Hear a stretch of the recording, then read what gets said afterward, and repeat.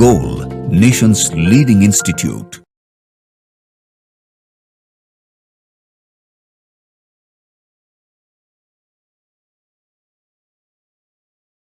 Hello students, today we are here to discuss the solution of AITS Main Test 9th held on 14th of December 2025. Let's start our discussion. Now the first question is monochromatic light of frequency 3 into 10 to the power 15 Hz is produced by a laser. The power emitted is 6 into 10 to the power minus 4 watt. How many photons per second on an average are emitted by the source? देखिए हम लोग जानते हैं यहाँ पे कि अगर हम लोग यहाँ पे बात करें number of photons emitted per second तो will be equal to power divided by energy, यानी पावर की बात करें तो यहाँ दे रखा है पावर, या फिर इसको और लिख सकते हैं power is equal to frequency के टर्म में तो एच ई बराबर एच एफ। तो number of photons emitted per second according to यहाँ पे गिवन डेटास के हिसाब से 6 इंटू 10 पावर माइनस 4 लिखे। एच का वैल्यू जानते हैं Planck constant 6.63 into 10 to the power minus 34 into frequency आपको दे रखा है 3 into 10 to the power 15।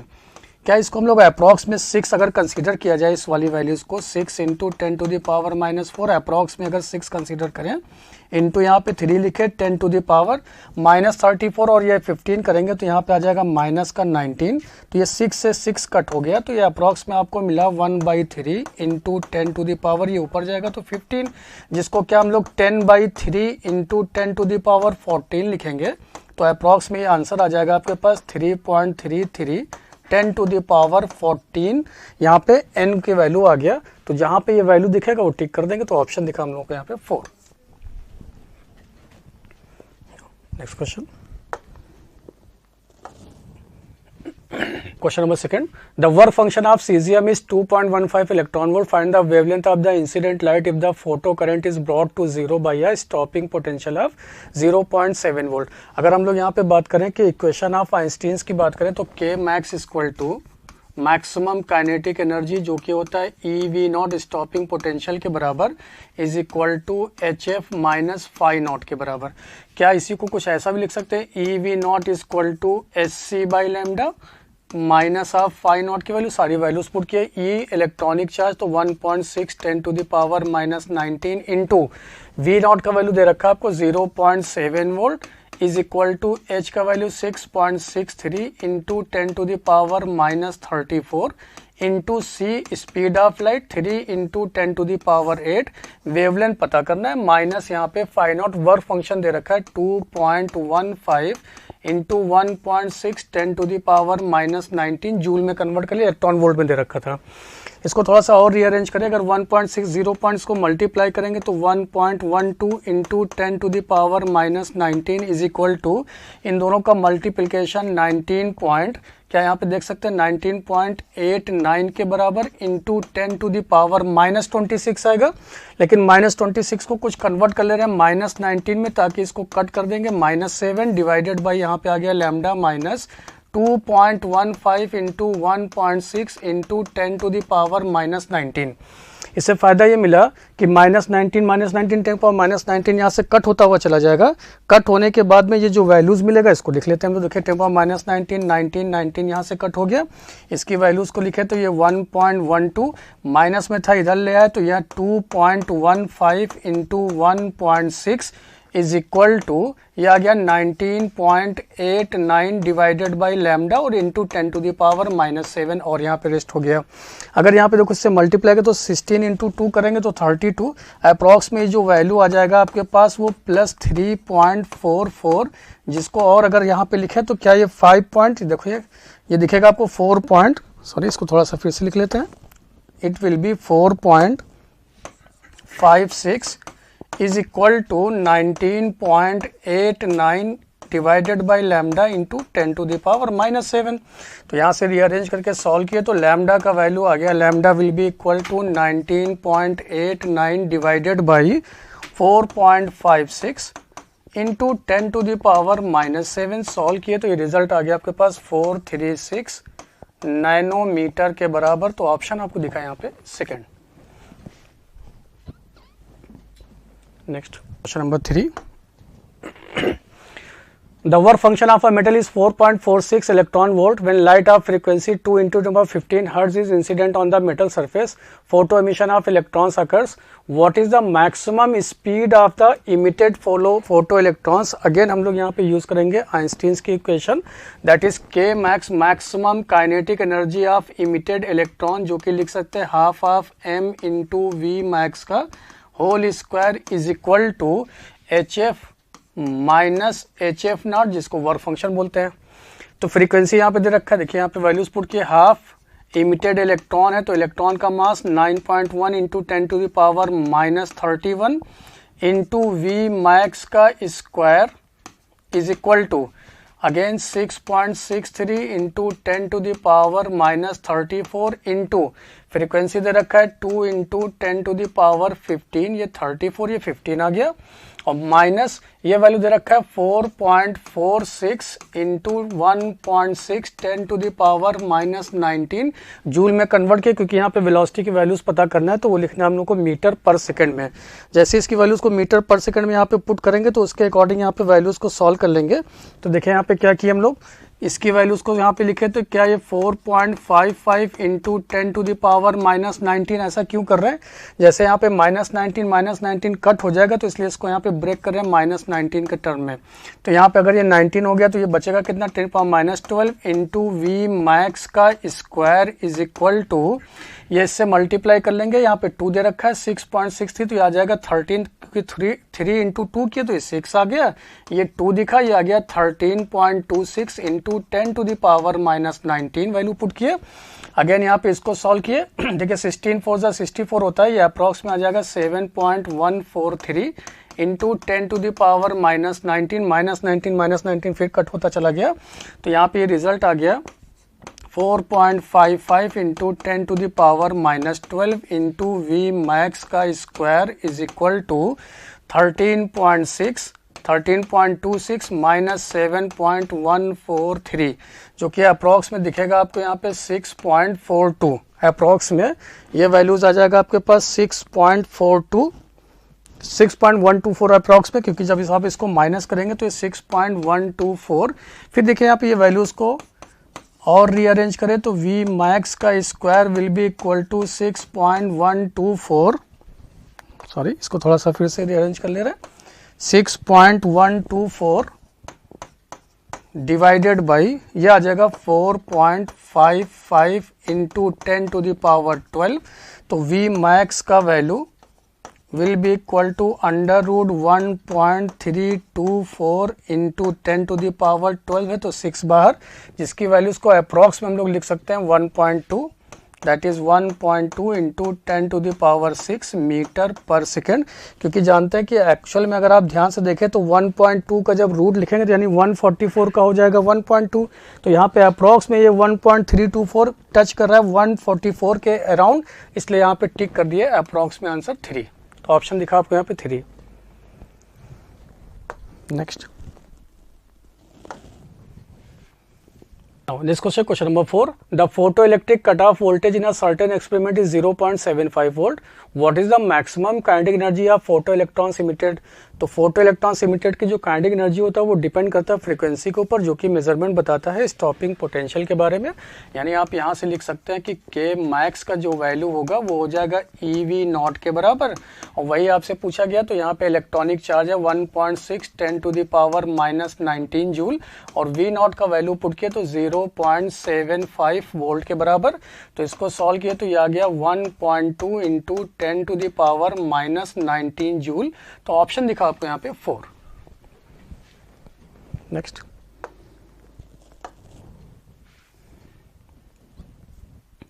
Question number 5. The energy flux of a sunlight reaching the surface of a earth is 7 into 10 power 3 watt per metre square. How many photons per square metre are incident on the earth per second. Assume that the photons in the sunlight have an average wavelength of 560 nanometre. देखिए अगर यहाँ पे फिर से बात करें कि number of photons emitted per second, तो जानते हैं यहाँ पे पावर डिवाइडेड बाय एनर्जी, और पावर अगर डिवाइडेड बाय एनर्जी तो यहाँ पे इंटेंसिटी पूछा गया हो, तो इंटेंसिटी के बारे में बात करें तो intensity is the energy incident per unit area per unit time, that is called intensity. तो इसी को हम लोग क्या लिख सकते हैं, power divided by area, because energy पर टाइम बन जाएगा पावर, और पावर को यहाँ से रिप्लेस कर सकते हैं हम लोग एन ई के टर्म में, डिवाइडेड बाय ए। तो पूछा गया हम लोगों से एन बाई ए क्या होगा, और ई को अगेन लिख सकते हैं S C by lambda into A के बराबर।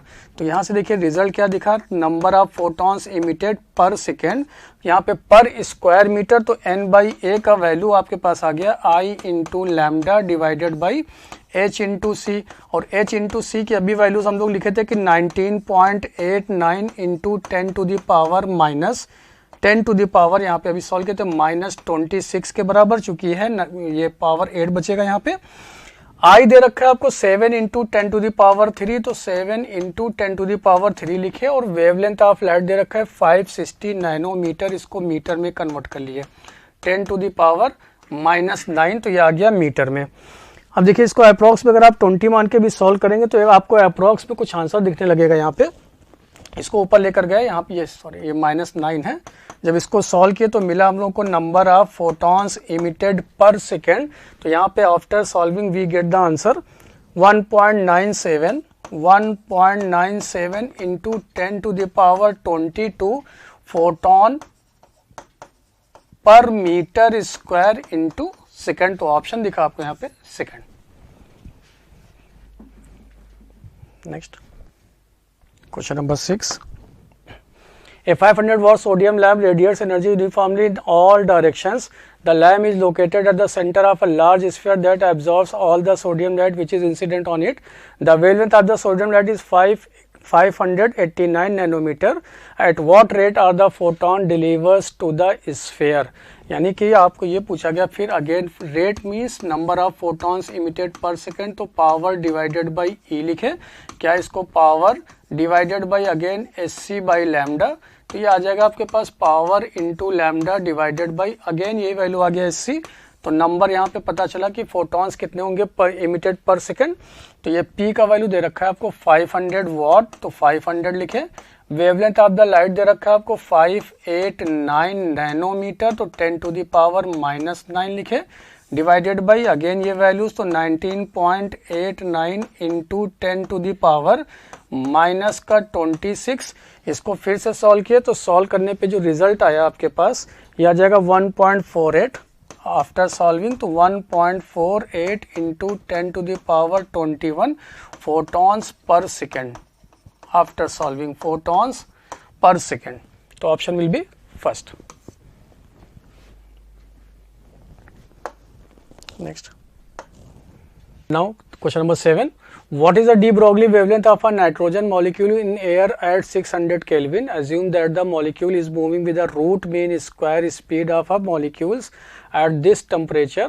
पूछा गया de Broglie wavelength। देखिए de Broglie wavelength को अगर लिखे हम लोग तो lambda is equal to h upon under root 3m kBT, जहाँ पे kb क्या है, Boltzmann constant.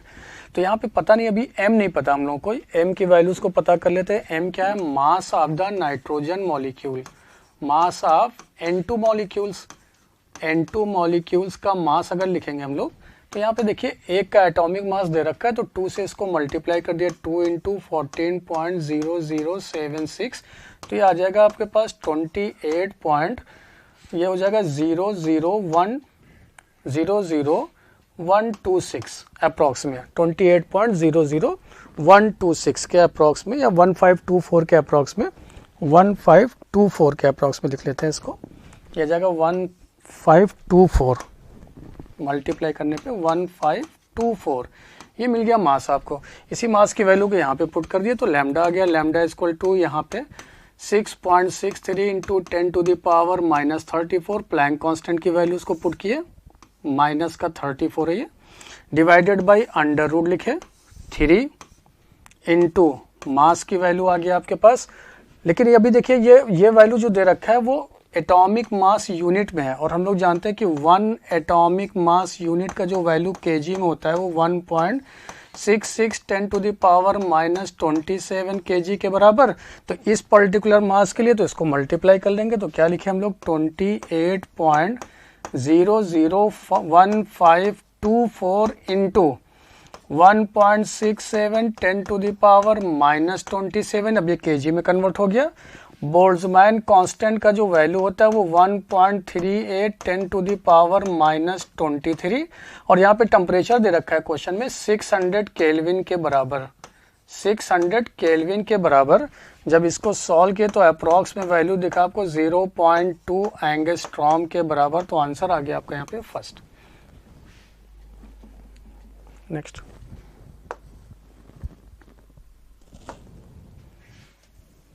now next question, question number 8. Estimates the speed with which electrons emitted from a heated emitter of an evacuated tube impinge on the collector maintained at a potential difference of 600 volt with respect to the emitter.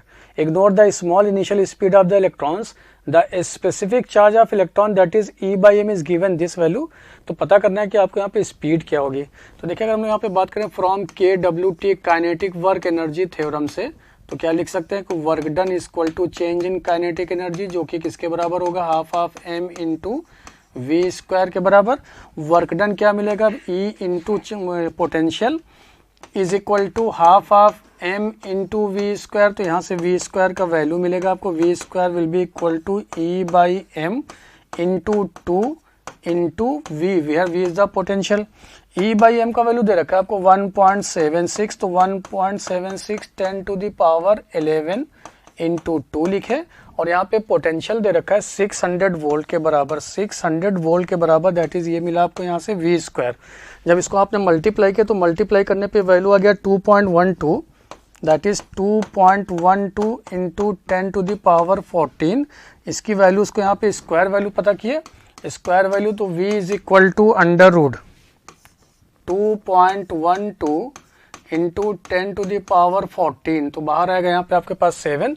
तो answer आपके पास दिखा यहाँ पे ये हो जाएगा 1.45 after solving. तो v is equal to 1.45 into 10 to the power 14 का ये आ जाएगा यहाँ पे 7 के बराबर। ये दिखा मीटर पर सेकेंड। तो ऑप्शन आया आपका यहाँ पे 3।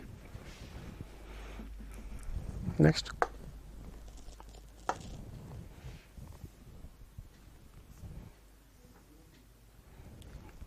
Question number 9. What is the longest wavelength present in the partial series of spectral lines. देखिए अगर हम लोग यहाँ पे पहले वेवलेंथ की बात करें तो 1/λ equal to r into Z square 1/n1 square minus 1/n2 square. For partial series के लिए n1 का वैल्यू यहाँ पे 3, ये हो गया r और z का वैल्यू हाइड्रोजन लाइक एटम, तो ये हो गया 1/3 का स्क्वायर माइनस n2 का वैल्यू करेस्पॉन्डिंग क्या हो जाएगा 4 का स्क्वायर। चूंकि यहाँ पे लॉन्गेस्ट बोला गया तो लॉन्गेस्ट का मतलब होता है कि जस्ट ये स्पेक्ट्रल लाइंस की मतलब वैल्यूज n और n+1 के बीच में। तो यहाँ पे 3 लिखे तो ये आ गया 4, ये हो गया 1/λ इक्वल टू r। इसको सॉल्व किए तो 1/9 माइनस 1/16, इसको रीअरेंज करिए तो 16 minus 9 divided by 16 into 9 into ये वैल्यू आ गया r के बराबर। तो लैम्डा यहाँ से दिखा 16 into 9 will be equal to 144 divided by 7 into r के बराबर, जहाँ पे r कहलाता है रिडबर्ग्स कांस्टेंट जिसका fix value 1.097 into 10 to the power 7। इस वैल्यूज को जब यहाँ पे पुट किए तो सॉल्व किए तो आंसर आया आपके पास 1875 नैनोमीटर के बराबर। तो ऑप्शन दिखा आपको यहाँ पे 3। Next,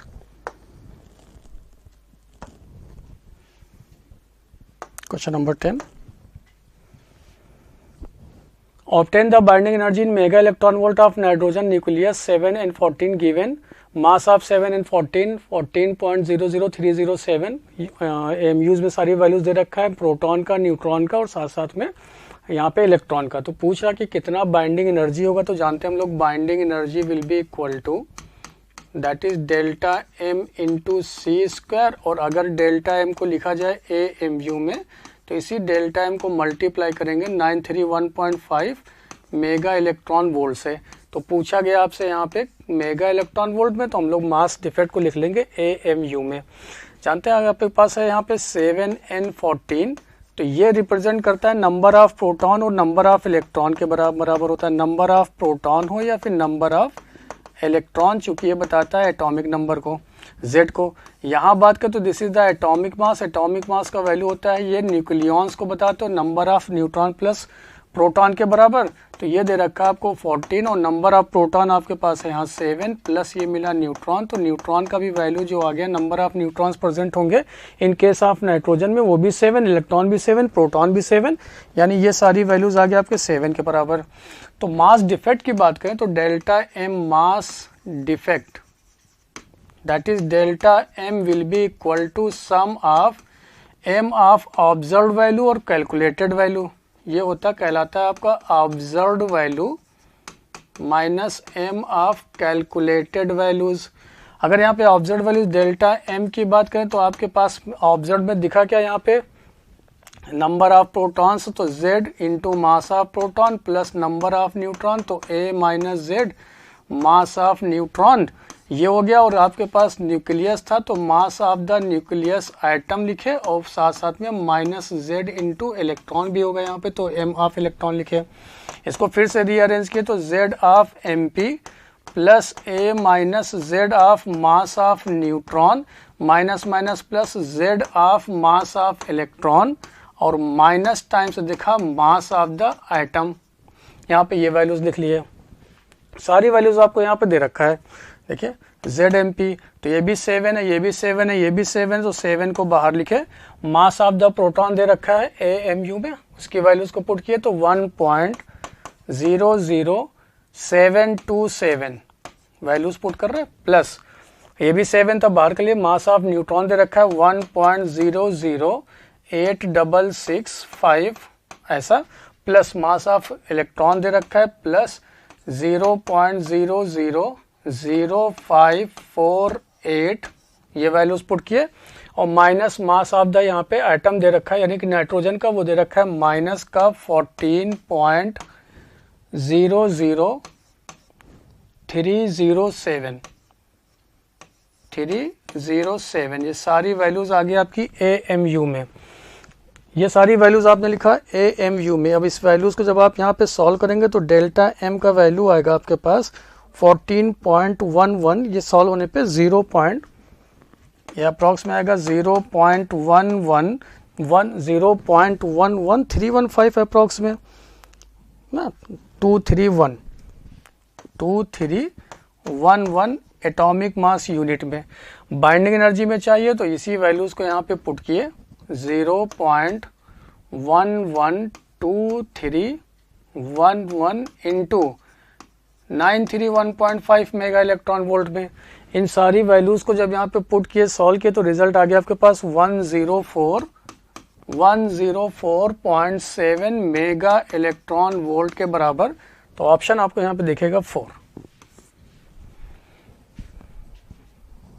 next number 11, the three stable isotopes of neon 1020, 1021 and 1022 neon have respective abundance of 90.51%, 0.27% and 9.22%. The atomic masses of three isotopes are 19.99 U. ये सारी वैल्यूज दे रखा है respectively. Find the average atomic mass of neon. अगर neon की बात करें तो इसका एबंडेंस जो है यानी ये वैल्यूज दे रखा है 90.51% में। तो एक्चुअल में इसमें कितना होगा पहले ये पता कर लेते हैं कि यहाँ पे नियॉन प्रेजेंट इन एबंडेंस में कितना ज़्यादा यहाँ पे होगा परसेंटेज में। एक्चुअल में ये वैल्यूज़ है तो इसको पहले पता कर लें कि इसकी वैल्यू होगी कितनी। तो 19.51% में तो यहाँ पे 100 से डिवाइड किए तो ये वैल्यू आ गया 0.9051 के बराबर। सिमिलरली ये बात की हम लोग किसके 10 नियॉन 20 का, ऐसे हम लोग पता कर लेंगे 10 नियॉन 21 का कितना वैल्यूज हो जाएगा। तो वो आपको दे रखा है 0.27 डिवाइडेड बाई 100 लिखे तो ये आ गया 0.0027। और यहाँ पे तीसरा जो नियॉन का है आइसोटोप्स वो दे रखा है 10 नियॉन 22 इज इक्वल टू 9.22% में, तो इसकी वैल्यू कितनी होगी एक्चुअल में, तो वो लिखे 0.0922। अब बोला यहाँ पूछा गया एटॉमिक मास क्या हो जाएगा, एवरेज एटॉमिक मास, तो atomic mass of each isotopes क्या हो जाएगा, atomic mass of each isotopes. तो क्या करेंगे इसको, ये जो एबंडेंस में मौजूद यहाँ पे आपके पास क्वांटिटी दे रखा है उसको AMU वाली वैल्यू से मल्टीप्लाई कर लेंगे, तो यहाँ पे मास मिल जाएगा आपको मास, और इन सारे मासेस को अगर सम कर दे तो आंसर आपका आगे जो कि दे रखा है 19.99 इंटू 0.9051 प्लस सेकेंड वैल्यूज को पुट किए, वो दे रखा है आपको 20.99 इंटू इस वैल्यूज को यहाँ पे मल्टीप्लाई किए 0.027 प्लस तीसरा आपको दे रखा है 21.99 इंटू मल्टीप्लाई किए इसको 0.0922 से, और इसको सॉल्व किए तो ये वैल्यू आ गया 20 सबका सम करने के बाद 20.18 AMU में। तो ऑप्शन दिखा आपको यहाँ पे second. Next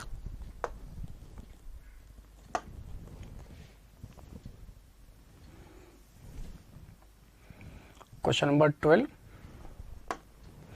According to the classical electromagnetic theory, calculate the initial frequency of light emitted by the electron revolving around a proton in a hydrogen atom in ground state.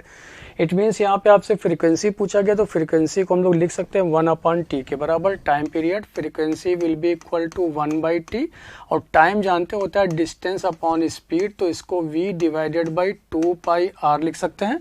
अब यहाँ पे frequency की बात है और v है, लेकिन यहाँ पे एक स्टेटमेंट बोल दिया गया hydrogen atom in ground state है, इट मीन्स यहाँ पे इस वेलोसिटी को लिख सकते हैं c/137 into z/n according to Bohr's model into 1/2π into r का वैल्यू जानते हैं 0.529 n square divided by z की वैल्यू ये एंगस्ट्रॉम में, अगर ये एंगस्ट्रॉम है तो इसकी वैल्यूज को यहाँ पे पुट कर दे 10⁻⁻10, ये जानते हैं ऐसी वैल्यू हम लोग।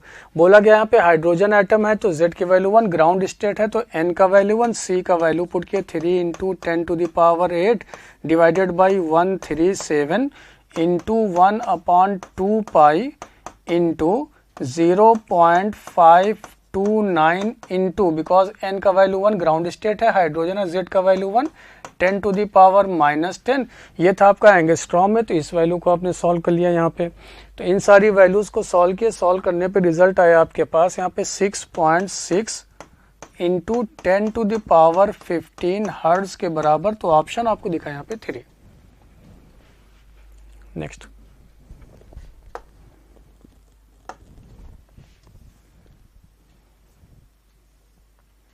Question number 13। A 80 kg satellite circle Earth once every 2.8 hours in an orbit having a radius of 10,000 km.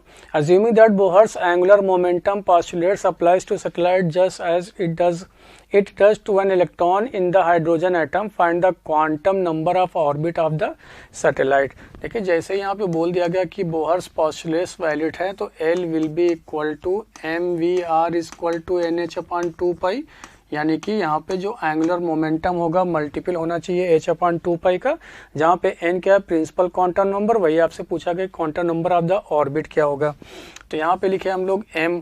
अब यहाँ पे बात आ रही है यहाँ पे स्पीड की, तो v यहाँ पे लिख रहे हैं, तो एक दे रखा है 80 kg यहाँ पे 2.8 आवर में, तो टाइम पीरियड जानते हैं हम लोग, तो यहाँ पे स्पीड नहीं आपको टाइम दे रखा है, तो देखिए यहाँ से क्या लिख सकते हैं कि टाइम क्या हो जाएगा डिस्टेंस अपॉन स्पीड, तो 2πr, चूंकि ये रिवॉल्व कर रहा है चारों तरफ, तो यहाँ पे आप बता सकते हैं 2πr डिवाइडेड बाई v, कुछ ऐसा सिचुएशन है, देखिए ऐसा स्पीड v से यहाँ पे रेडियस इसका r है, तो यहाँ रिवॉल्व करना शुरू किया, तो v की जगह पे लिख सकते हैं आप 2πr डिवाइडेड बाई t, तो यहाँ लिख दिए m इंटू इसकी वैल्यू आ गया 2πr divided by t into यहाँ पे स्मॉल r इंटू यहीं पे देखिए 2π इज इक्वल टू NH लिख लिए।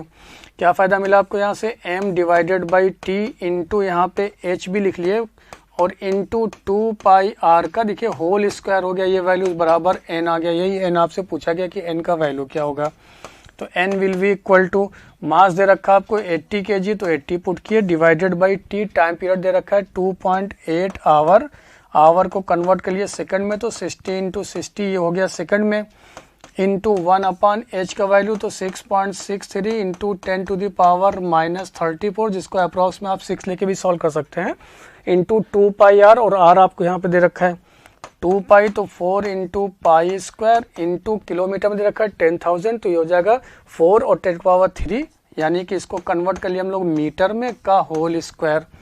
ठीक है, 10,000 किलोमीटर है, उसको हम लोग मीटर में कन्वर्ट कर लिए, तो वहाँ से रिजल्ट आ गया आपके पास। तो इसको सॉल्व किए तो n का वैल्यू आ गया आपके पास 4.7 इंटू 10 टू द पावर 46, तो ऑप्शन आपको दिखा यहाँ पे फर्स्ट। नेक्स्ट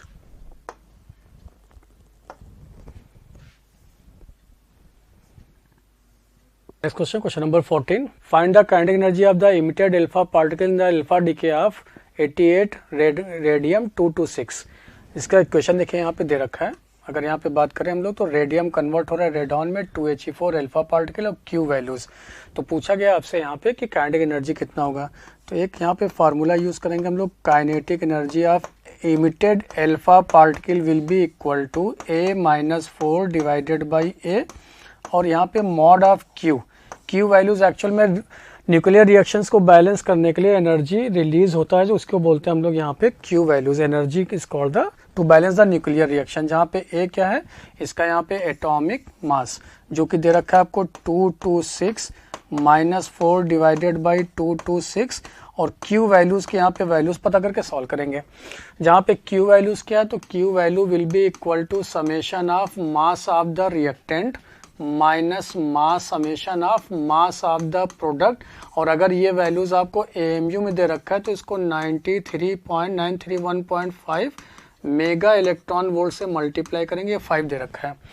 तो summation of mass of the reactant की बात करें तो यहाँ पे रिएक्टेंट है आपके पास रेडियम, रेडियम का मास दे रखा है AMU में तो 226 लिखा है यहाँ पे 226.02540 minus of mass of the product है। प्रोडक्ट में देखिए आपके पास रेडॉन है और हीलियम है। रेडॉन का मास दे रखा है 86,222 का, तो यहाँ लिखे 222.01750 प्लस हीलियम का दे रखा है आपको 4.2603 मल्टीप्लाई किए 931.5 मेगा इलेक्ट्रॉन वोल्ट से। यहाँ पे ये वैल्यूज, अब Q की वैल्यूज, इन सारी वैल्यूज को यहाँ पे लेके सॉल्व किए, सॉल्व करके यहाँ पे रिजल्ट दिख रहा है तो 4.934, तो ये दिखा आपको 4.934 मेगा इलेक्ट्रॉन वोल्ट, तो यहाँ पे पुट कर दिए 4.934 mega electron volt.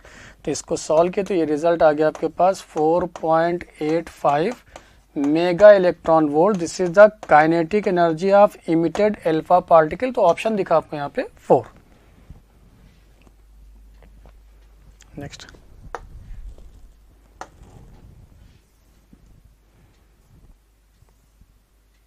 Question number 15। The fission process of plutonium 94 to 239 are very similar to those of 92 uranium 235. The average energy released per fission is 180 mega electron volt. How much energy in mega electron is released if all the atoms in the 15 kg of pure plutonium undergoes fission? तो देखिए क्या आप यहाँ पे बता सकते हैं कि नंबर ऑफ कितना होगा, नंबर ऑफ फिजन प्रोसेस कितना होगा इन case of number of fission, किसमें, इन प्लूटोनियम 94 प्लूटोनियम 239 में। तो क्या यहाँ पे स्मॉल n को पता कर सकते होता है मास, मोलर मास, मास आपको दे रखा है 15 kg में, इसको ग्राम में कन्वर्ट किए, डिवाइडेड बाय मोलर मास है इसका 239, अवोगाड्रो नंबर से मल्टीप्लाई किए, तो ये आपको मिल गया कि कितना इसके पास अवेलेबल होगा नंबर ऑफ फिजन, जिससे हम लोग एनर्जी रिलीज की बात करेंगे। तो देखिए यहाँ पे एनर्जी रिलीज्ड क्या हो जाएगा, तो energy released will be equal to n times of E, और n का वैल्यू यहाँ पे 15 into 10 to the power 3 divided by 239 into 6.02 10 to the power 23 into एक एनर्जी यहाँ पे जो रिलीज हो रहा है वो दे रखा है 180 मेगा इलेक्ट्रॉन वोल्ट के बराबर, 180 मेगा इलेक्ट्रॉन वोल्ट के बराबर। तो इसकी वैल्यू सॉल्व करने पे आया 6.8 into 10 to the power 27 mega electron volt. तो ऑप्शन दिखा आपको यहाँ पे second. Now this question number 16. A 4000 megawatt fission reactor consumes half of its fuel in 4 years. How much 92 uranium 235 did it contain initially? Assume that the reactor operates 70% of the time, that all the energy generated arises from the fission of uranium and that this nuclide is consumed only by the fission process. देखिए हम यहाँ पे fission process की बात करें तो uranium 235 के fission process में एनर्जी जो रिलीज्ड होता है इन 1 kg, energy released in 1 kg uranium 235 is 200 mega electron volt in case of fission process. ये गिवन डेटा है, इसको याद करना होगा कि 1 kg में इतना अगर एनर्जी रिलीज होता है तो अभी बोला गया कि reactor consumes half of its fuel. तो यहाँ पे एनर्जी जनरेटेड या एनर्जी रिलीज्ड, यहाँ पे energy released half of its value. देखिए क्या लिखे भाई, हाफ लिखे, कितना है 1 kg, half of its value of 1 kg uranium, 1 kg uranium 235। देखिए इसको फिर से लिख लेते हैं, 1 kg यूरेनियम ऑफ 235। क्या लिखेंगे, हाफ ऑफ लिखे 1 kg है तो इसको ग्राम में कन्वर्ट किए 1000, यूरेनियम का मोलर मास लिखे तो 235, नंबर ऑफ आइटम्स या न्यूक्लियाई देख रहे हैं कितना होगा तो इसको अवागाड्रो नंबर से मल्टीप्लाई किया तो नंबर ऑफ आइटम आपको मिला 23। हाफ ऑफ लिखे, लेकिन एक में एनर्जी रिलीज होता है 200 में, तो इतने में कितना हो जाएगा, तो 200 मेगा इलेक्ट्रॉन वोल्ट है तो 1.6 10 टू द पावर -19 और इंटू 10 टू द पावर 6 भी लिखे बिकॉज ये मेगा में था। इसकी वैल्यूज को यहाँ पे लिखे तो energy release half of its, तो ये आ जाएगा किसमें, जूल पर केजी में, है ना। तो जूल पर केजी में, क्योंकि यहाँ पे हाफ से हम लोग यहाँ पे डिवाइड भी कर रहे हैं। इस वैल्यू को यहाँ पे लिखे और सॉल्व किए तो energy release half of its volume जो वैल्यू मिलेगा आपको यहाँ पे 4.1, ये वैल्यू अप्रॉक्स में हो जाएगा 4.1 into 10 to the power 13 joule per KG after solving. तो ये वैल्यू मिला, लेकिन बोला गया कि जो रिएक्टर है वो ऑपरेट होता है 70%, तो यहाँ पे रिएक्टर ऑपरेटेड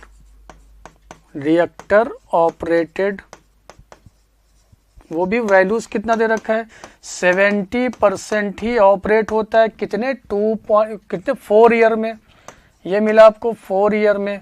तो इसकी वैल्यू आ गई, यानी कि अप्रॉक्स आपको मिलेगा कितना, अप्रॉक्स नहीं, ये वैल्यू आया 2.8 ईयर। इसको कन्वर्ट करना होगा किसमें, सेकंड में, तो 2.8 इंटू 1 ईयर में वैल्यू की बात करें तो 3.15 into 10 to the power 7 second होता है। इसकी वैल्यूज को यहाँ पे मल्टीप्लाई किए, सॉल्व किए, बिकॉज ये 3.1 इंटू 10 टू द पावर 7 मिलेगा आपको सेकेंड में इन 1 ईयर में। तो ये वैल्यू आ गया 8.813 इंटू 10 टू दी पावर 7, ये आपको मिल गया। इतने सेकंड लगेगा, 70% यूज होगा 4 ईयर्स में, that is 8.83 into 10 to the power 7। तो पूछेगा यहाँ पे, चूंकि पावर आपको दे रखा है 4000 मेगावाट के बराबर, तो एनर्जी जनरेटेड क्या हो जाएगा रिएक्टर इन 4 ईयर में। एनर्जी जनरेटेड देखिए यहाँ पे लिखा जाएगा, एनर्जी जनरेटेड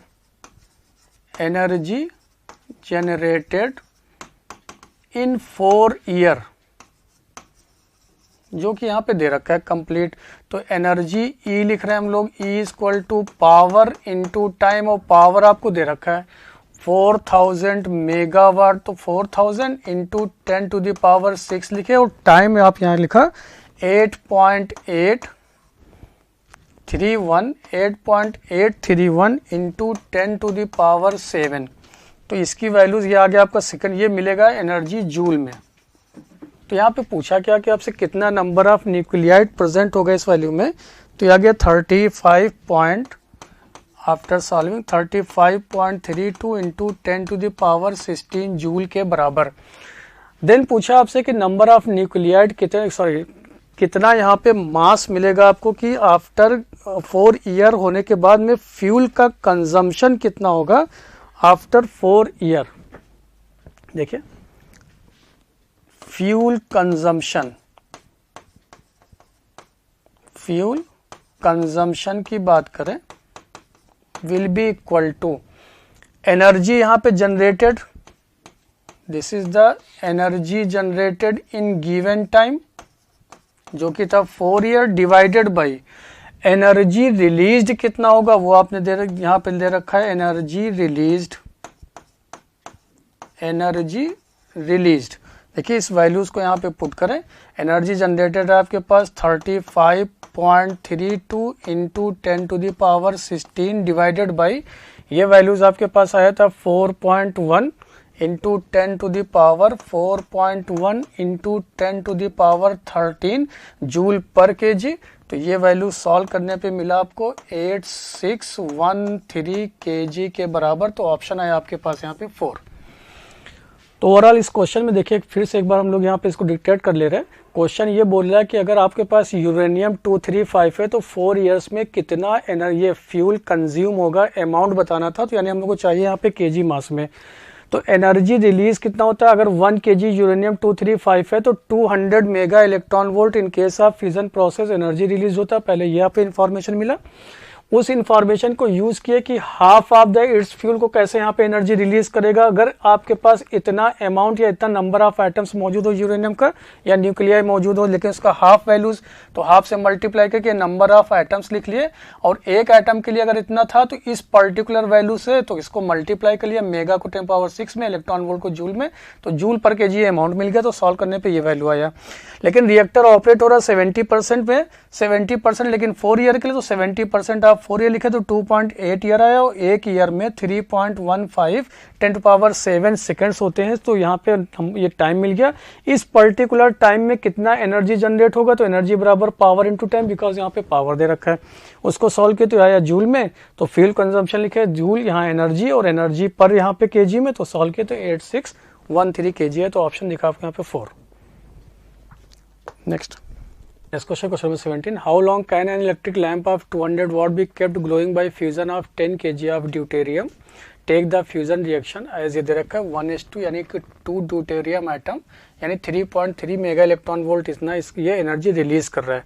तो अगर यहाँ पे पूछा जाए कि 10 kg ऑफ ड्यूटेरियम में कितना नंबर ऑफ एटम्स मौजूद होगा, number of atoms in 10 kg of deuterium, तो यहाँ पे नंबर ऑफ एटम्स की बात करें तो क्या लिखें, मास, मोलर मास दे रखा आपको 10 kg, इसको कन्वर्ट किए ग्राम में। मोलर मास कितना होता है इसका, यहाँ पे 2 ग्राम, तो यहाँ लिखे 2 इंटू आवागाड्रो नंबर से मल्टीप्लाई किए 6 इंटू 10⁻23।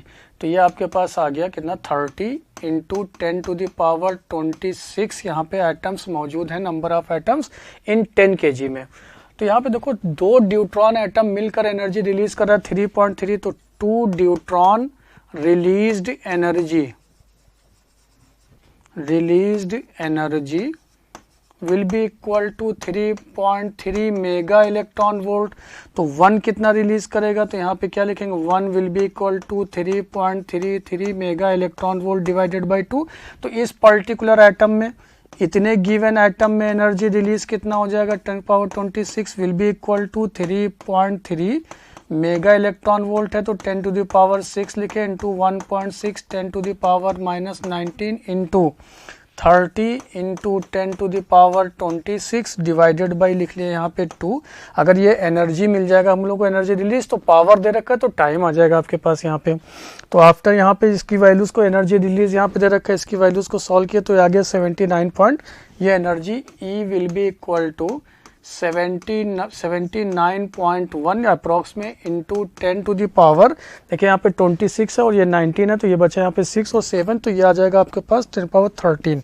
तो ये आ जाएगा 10⁻13 जूल के बराबर। ये वैल्यूज मिला आपको एनर्जी रिलीज। तो चूंकि जानते हैं पावर क्या होता है, power will be equal to energy divided by time, तो time will be equal to T energy divided by power. Energy है आपके पास 79.1 इंटू 10⁻13 जूल और पावर दे रखा आपको यहाँ पे 200 वाट के बराबर।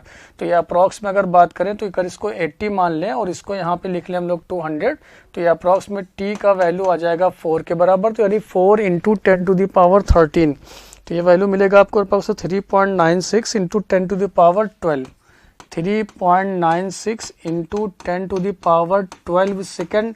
और अभी हम लोग जस्ट जानते हैं कि in one year 3.154 into 10⁻7 second होता है। तो इतने ईयर में पता करने के लिए तो क्या करें, इन ईयर में इस वैल्यूज को 3.96 into 10⁻12 divided by 3.154 into 10⁻7।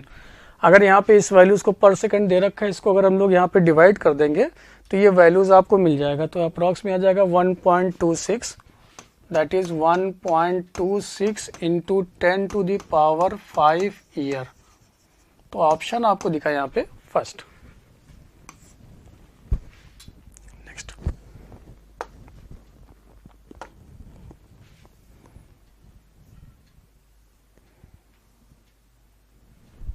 Next question, question number 18. Consider a beam of electrons. Each electron with energy E0 is incident on a metal surface kept in an evacuated chambers. Then electrons, चार option बताना है। देखिए क्या बोला गया यहाँ पे, एक evacuated chamber है जिसमें एक metallic plates है। ये metallic plate इसमें इंसिडेंट करा रहे हैं इलेक्ट्रॉन बीम को, नॉट अ फोटोन। ये है इलेक्ट्रॉन बीम, इसको इंसिडेंट करा रहे हैं जिसके पास एनर्जी बोला गया E0 है। तो यहाँ पे no electrons will be emitted as only photons can emit electrons. तो ये ऑप्शन तो यहाँ पे गलत हो गया, क्योंकि फोटोन अगर होगा तो रेडिएशन की बात होगी। इलेक्ट्रॉन है तो इसके पास मेटालिक प्लेट्स है तो फ्री इलेक्ट्रॉन्स अवेलेबल होंगे। इलेक्ट्रॉन को बम्बार्ड कराए तो ये इलेक्ट्रॉन है, चूंकि इसका नेचर कैसा हो जाता है पार्टिकल, और अगर पार्टिकल नेचर है तो इसके पास होगा मोमेंटम। मोमेंटम मिलेगा P = mv, अगर v स्पीड से ये इस पे इंसिडेंट करा रहा है। जैसे यहाँ पे प्रेजेंट इलेक्ट्रॉन से आके टकराएगा तो ये अपनी एनर्जी को ट्रांसफर करेगा, क्योंकि इस केस में जो कोलिजन होगा दोनों का मास सेम होने की वजह से कोलिजन हो जाएगा इलास्टिक। तो ये वाला इलेक्ट्रॉन तो रेस्ट पे था, तो ये इससे आकर टकराएगा तो ये वाला इलेक्ट्रॉन अब रेस्ट पे आ जाएगा जो इससे आकर टकराया, और ये इसको लिबरेट कराने में कुछ एनर्जी का भी लॉस करेगा, तो उस एनर्जी को लेके चलेगा। तो ये वाली जो एनर्जी होगी वो E0 के बराबर तो नहीं होगा, कुछ इसको लिबरेट कराने के लिए भी वर्क होगा। तो यहाँ पे जो देखा इलेक्ट्रॉन्स का emitted with an energy with a maximum of E0/5, तो ये भी रॉन्ग हो गया, क्योंकि इस इलेक्ट्रॉन को लिबरेट करने के लिए भी कुछ एनर्जी का यहाँ पे यूज कर लेगा। और जबकि इंसिडेंट इलेक्ट्रॉन कैसा हो जाएगा, रेस्ट पे। ये तभी पॉसिबल होगा जब electrons can be emitted with any energy, लेकिन मैक्सिमम ऑफ E0 से। तो ऑप्शन दिखा आपको यहाँ पे only first. Next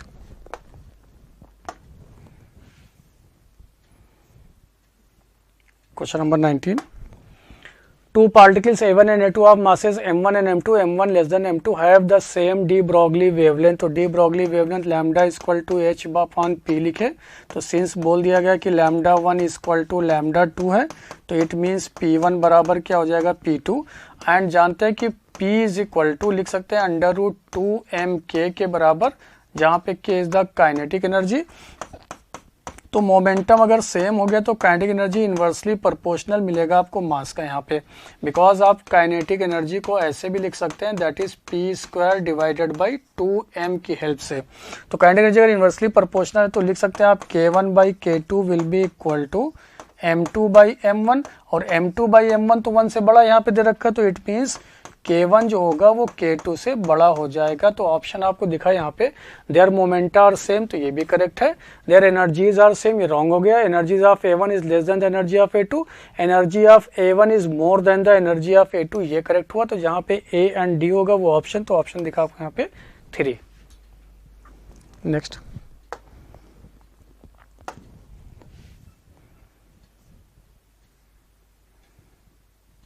question number 20.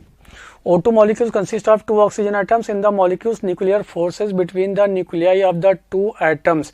देखिए यहाँ पे न्यूक्लियर फोर्स की बात किया, तो न्यूक्लियर फोर्स जानते हैं हम लोग यहाँ पे short range force, non central force, very strong force, does not follow inverse square law, very short range force होता है, यानी रेंज जो होगा उसका वो फर्मी मीटर में 10⁻⁻15 मीटर। तो यहाँ पे देखा is not important because oxygen nucleus have equal number of neutrons and protons, तो ऐसा नहीं है। Cancels the repulsive electrostatic force between the nuclei, cancels the electrostatic force between the nuclei. और अगर ऐसा होगा तो हम लोग जानते हैं कि यहाँ पे जो न्यूट्रॉन प्लस प्रोटॉन के चारों तरफ जो इलेक्ट्रॉन रिवॉल्व करता है, जो एटम के एग्जिस्टेंस है, वो इसके लिए इलेक्ट्रोस्टैटिक फोर्स ही यहाँ पे मिलेगा इन दोनों के बीच में, repulsive electrostatic force between the nuclear, ये भी नहीं है। Is an important as electrostatic force for binding the two atoms, नहीं, is not important because nuclear forces are short range force. तो बेस्ट ऑप्शन यहाँ पे दिखा आपको 4, तो आपने ऑप्शन ठीक किया यहाँ पे 4। Next question number 21. The simple Bohr model cannot be directly applied to calculate the energy levels of an atom with many electrons. देखिए यहाँ पे many electrons की बात किया, तो बोहर्स मॉडल जो होता है, Bohr's model valid for single electron, single electron के लिए वैलिड, बिकॉज अगर सिंगल इलेक्ट्रॉन होगा तो सिंगल इलेक्ट्रॉन को ये एज्यूम करते रिवॉल्व कर रहा है around the nucleus neutron plus proton, जिसकी वजह से हम लोग यहाँ पे रेडियस डिफाइन करते हैं 0.529 n square divided by Z, या स्पीड की बात करते हैं तो c/137 z/n, यानी कि यहाँ पे ड्यू टू इलेक्ट्रोस्टैटिक फोर्स की वजह से ये इसके चारों तरफ रिवॉल्व करता है। तो यहाँ पे पहला ऑप्शन तो यहाँ पे कह रहा नो लॉन्गर, तो ये गलत हो गया। दूसरा यहाँ पे बोलो अगर सेंट्रल फोर्स है, देखिए यहाँ क्या है, यहाँ पे सेंट्रल फोर्स होगा, सिंगल इलेक्ट्रॉन न्यूक्लियस से सेंट्रल फोर्स की वजह से एक दूसरे से अटैच होगा। अगर मान लीजिए आपके पास मेनी इलेक्ट्रॉन्स होगा तो यहाँ पे इलेक्ट्रॉन इलेक्ट्रॉन इंट्रैक्शन रिपल्शन भी होगा, और साथ साथ में यहाँ पे कॉम्प्लेक्स ऑर्बिटल इंट्रैक्शन होगा, complex orbital interaction, that is called the screening effect for more electrons के लिए। तो जो हम लोग यहाँ पे स्पेक्ट्रल लाइंस की बात करते हैं, अगर नंबर ऑफ या इलेक्ट्रॉन ज़्यादा हो जाएंगे तो स्पेक्ट्रम लाइंस को प्रिडिक्ट नहीं कर सकते हम लोग, प्रिडिक्ट नहीं कर सकते, तो इसलिए यहाँ पे स्क्रीनिंग इफेक्ट की वजह से ऐसा, तो ये भी रॉन्ग हो गया। Of the electrons colliding with each other, तो ये तो रॉन्ग है। तो ऑप्शन आपको दिखा यहाँ पे first, because electrons not being subjected to a central force for more than one electrons, there will also be a interaction of electrons, electron का भी देखने को मिलेगा, जिसकी वजह से यहाँ पे ऑर्बिटल इंट्रैक्शन भी कॉम्प्लिकेटेड होगा, इसलिए ऑप्शन दिखा आपको यहाँ पे second, which is valid for only single electron. Next.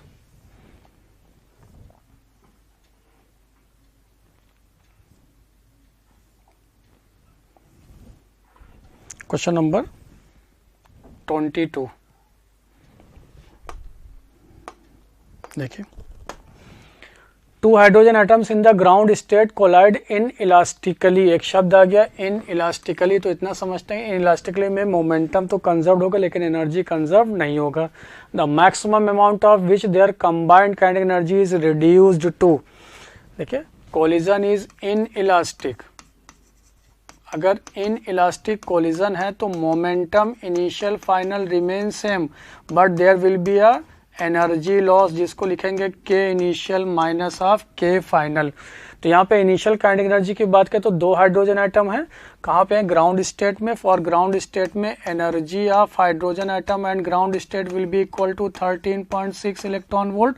लेकिन ऐसे ही आपके पास यहाँ पे टोटल की बात करें तो क्योंकि 2 हाइड्रोजन एटम है तो 2 इंटू 13.6, तो ये हो गया आपके पास 27 ये आ गया आपके 2 के बराबर, 27.2 इलेक्ट्रॉन वोल्ट के बराबर ये होगा total energy in the ground state. लेकिन जैसे यहाँ पे कोलाइड किया इन इलास्टिकली, तो ये एज्यूम कर सकते हैं कि पहले ये आपके पास था ग्राउंड स्टेट में, अब ये फर्स्ट एक्साइटेड स्टेट में एक इलेक्ट्रॉन यहाँ से इन इलास्टिकली टकराने की वजह से जम करके चला गया। तो यहाँ पे जो एनर्जी होगा, now energy will be equal to 13.6, अब इसकी वजह से था, और प्लस 13.6 एक इलेक्ट्रॉन जो यहाँ पहुँच जाएगा n इक्वल टू यानी फर्स्ट एक्साइटेड स्टेट में, तो उसकी वजह से एनर्जी लिखेंगे यहाँ पे आ गया 13.6 इंटू डिवाइडेड बाई 2 का स्क्वायर। तो जैसे ये वैल्यूज आपको मिला 13.6 2 का स्क्वायर, तो इसको सॉल्व किया तो ये आ गया आपके पास 17.0 इलेक्ट्रॉन वोल्ट के बराबर। तो पूछा गया कितना लॉस हुआ, तो यहाँ वैल्यूज पुट कर दिए, ये आपके पास 27.2 और माइनस ये आ गया 17, तो ये आ गया 10.2 इलेक्ट्रॉन वोल्ट के बराबर। तो ऑप्शन दिखा आपको यहाँ पे 3। Question number 23 statement based. Energy is released when heavy nuclei undergo fission और लाइट न्यूक्लियाई अंडरगो फ्यूजन। ये भी बात सही है, फिजन प्रोसेस में एक हैवी न्यूक्लियाई कन्वर्ट होता है स्मॉलर न्यूक्लियाई में, और यहाँ पे या फिर दो स्मॉलर न्यूक्लियाई फ्यूज होकर फॉर्म करते हैं एक हैवी न्यूक्लियाई। फ्यूजन प्रोसेस में मैक्सिमम आपको टेम्परेचर चाहिए अप्रॉक्सीमेट 10⁻⁷ केल्विन। तो एनर्जी दोनों में रिलीज होता है, क्योंकि रिएक्शन न्यूक्लियर रिएक्शन में एक आता टर्म क्यू वैल्यू जो ऑलवेज बताता है एनर्जी रिलीज को। तो यहाँ पे ये वैल्यू देखने की स्टेटमेंट फर्स्ट तो करेक्ट है।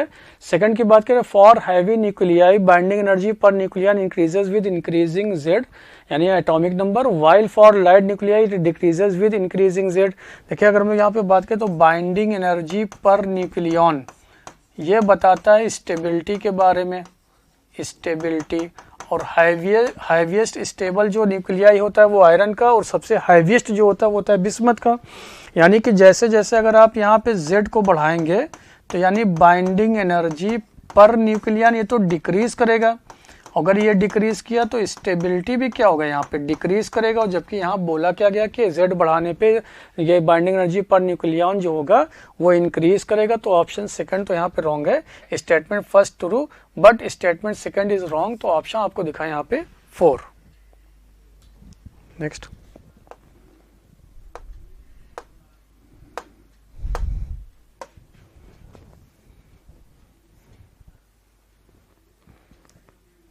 Question number 24.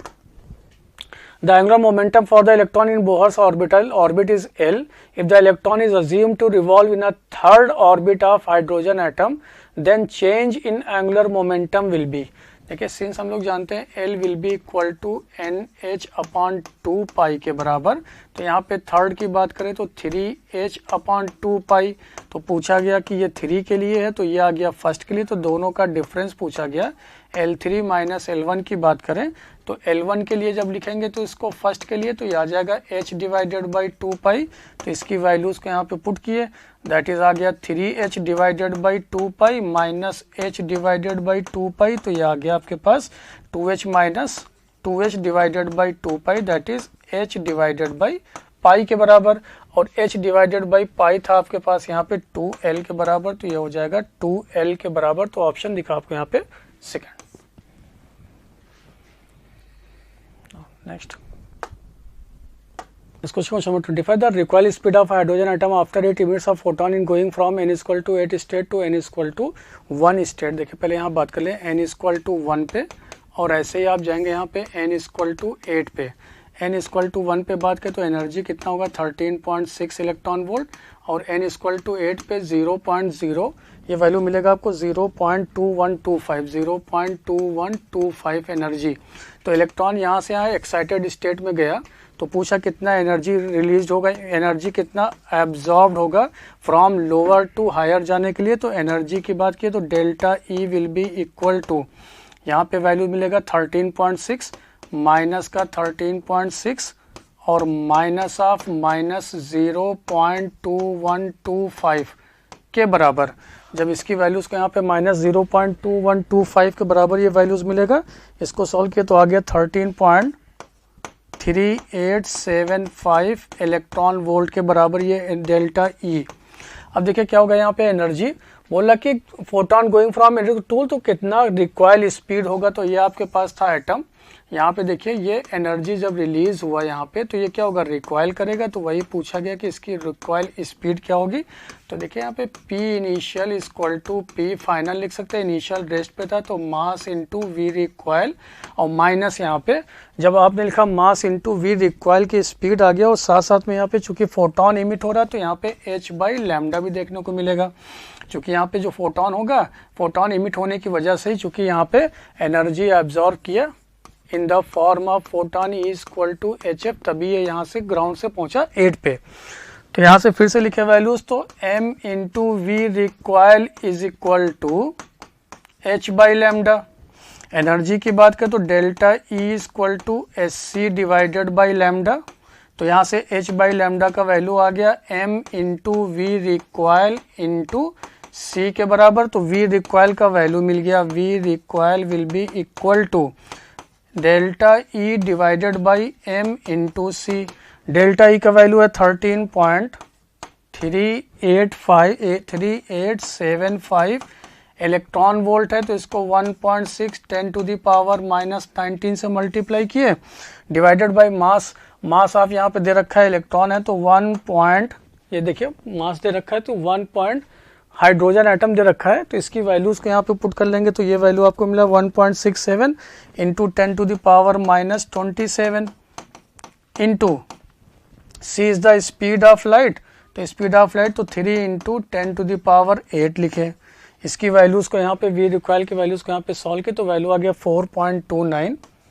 We recoil will be equal to 4.29 metre per second. तो ऑप्शन आपको दिखा यहाँ पे फर्स्ट। तो ये हाइड्रोजन एटम बोला गया था जिसके लिए एटॉमिक मास यहाँ पे मिल जाएगा 1.67, चूंकि वहां पे मिलेगा आपको Z। नेक्स्ट क्वेश्चन,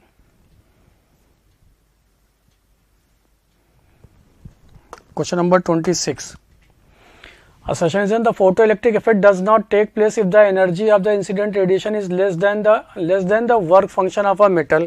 जानते हैं हम लोग यहाँ पे E is equal to greater than और इक्वल टू अगर HF नॉट होगा, चूंकि वर्क फंक्शन की जो वैल्यू होती है phi naught will be equal to HF naught. और रेडिएशन टेक्स प्लेस जब फ्रीक्वेंसी रेडिएशन का यहाँ पे थ्रेशोल्ड फ्रीक्वेंसी से ज़्यादा हो या फिर वेवलेंथ जो हो वो थ्रेशोल्ड वेवलेंथ से कम हो या उसके बराबर हो। नेक्स्ट पॉइंट है kinetic energy of the photoelectrons is zero if the energy of the incident radiation is equal to the work function. तो देखिए काइनेटिक एनर्जी की बात करें तो kinetic energy from equation of Einstein की इक्वेशन से HF minus HF naught बोला, इन दोनों की एनर्जी अगर यहाँ पे इक्वल हो जाए तो काइनेटिक एनर्जी क्या हो जाएगा यहाँ पे जीरो के बराबर।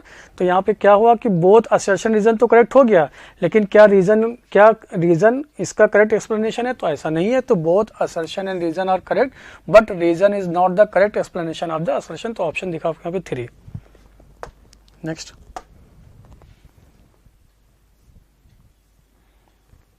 Question number 27। In Bohr's atomic model, the electron is assumed to revolve in a circular orbit of radius 0.53 angstrom. If the speed of the electron is 2.2 into the power 6 meter per second, then the current associated with the electrons will be। देखिए current की बात करें तो I will be equal to charge divided by time।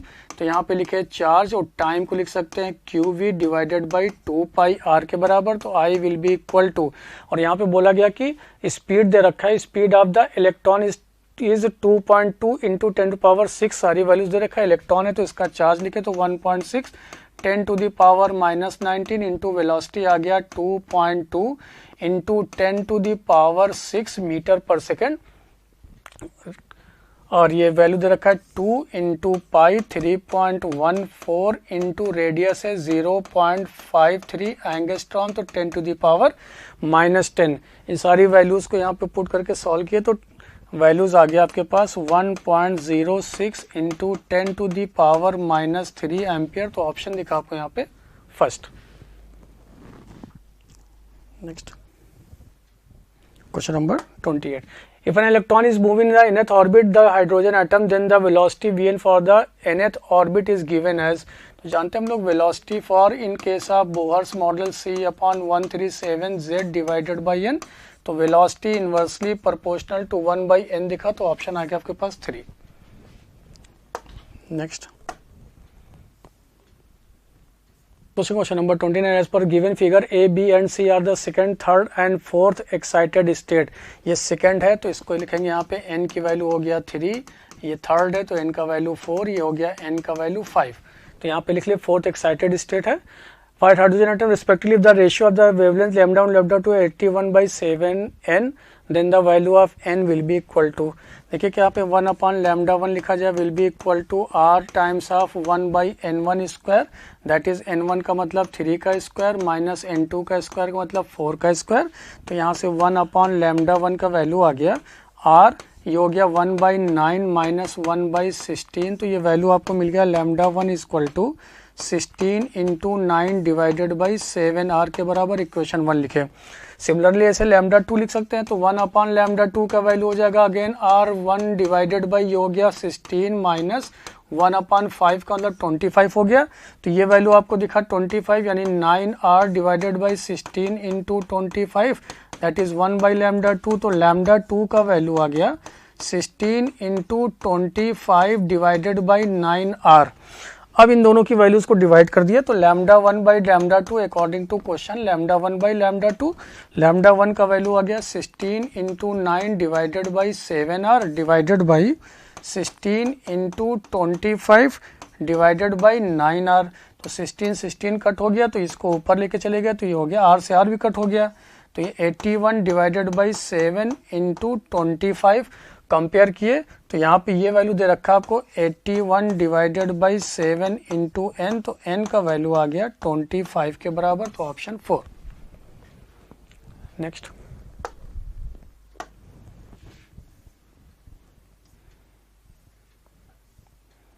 Question number 30। Nucleus A having Z is equal to 19 and equal number of protons and neutrons has 1.4 mega electron volt binding energy per nucleon. Another nucleus of Z is equal to 15 has total 32 nucleons and 2.1 mega electron volt binding energy per nucleon. The difference of binding energy A and B. तो देखिए पहले आपको दे रखा है Z, तो atomic mass चूंकि number of nucleons की जो बात कर रहा है वो दे रखा है, total number of nucleons Z 19 है, प्रोटॉन है, न्यूट्रॉन्स की ये दे रखा है Z and equal number of protons and neutrons.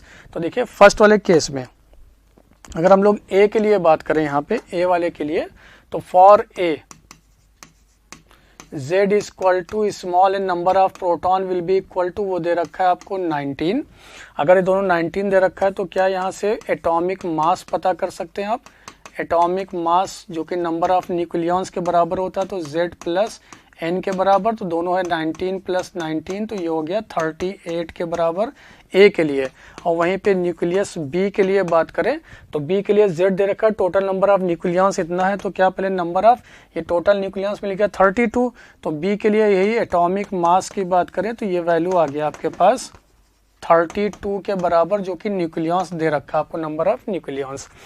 तो दे रखा बाइंडिंग एनर्जी पर न्यूक्लियॉन, तो बाइंडिंग एनर्जी पर न्यूक्लियॉन फॉर ए है 1.4 मेगा इलेक्ट्रॉन वोल्ट, तो बाइंडिंग एनर्जी फॉर ए के लिए हो जाएगा 1.4 इंटू ये वैल्यू दे रखा आपको 38 मेगा इलेक्ट्रॉन वोल्ट के बराबर। तो क्या कि हम लोग बाइंडिंग एनर्जी जो पर न्यूक्लियॉन की वैल्यू दे रखा था उसको हम लोग यहाँ पे मल्टीप्लाई कर दिए। जैसे इसको मल्टीप्लाई किए तो ये वैल्यू आपके पास आ गया, ये वैल्यू मिला। फिर देखिए दूसरे के लिए लिखा है इसे हम लोग बाइंडिंग एनर्जी पर न्यूक्लियॉन फॉर बी के लिए, ये दे रखा है बी के लिए वैल्यू है ये 2.1 मेगा इलेक्ट्रॉन वोल्ट के बराबर, तो बाइंडिंग एनर्जी आ गया बी के लिए 2.1 इंटू 32 मेगा इलेक्ट्रॉन वोल्ट के बराबर। तो पूछा कि आपसे difference of binding energy B and A, तो binding energy B minus binding energy for A का डिफरेंस पूछा गया। तो इन सारी वैल्यूज को हम लोग पुट किए, वैल्यूज को पुट करने के बाद सॉल्व किए तो ये वैल्यू आ गया 14 मेगा इलेक्ट्रॉन वोल्ट, तो ऑप्शन दिखा आपको यहाँ पे second. Next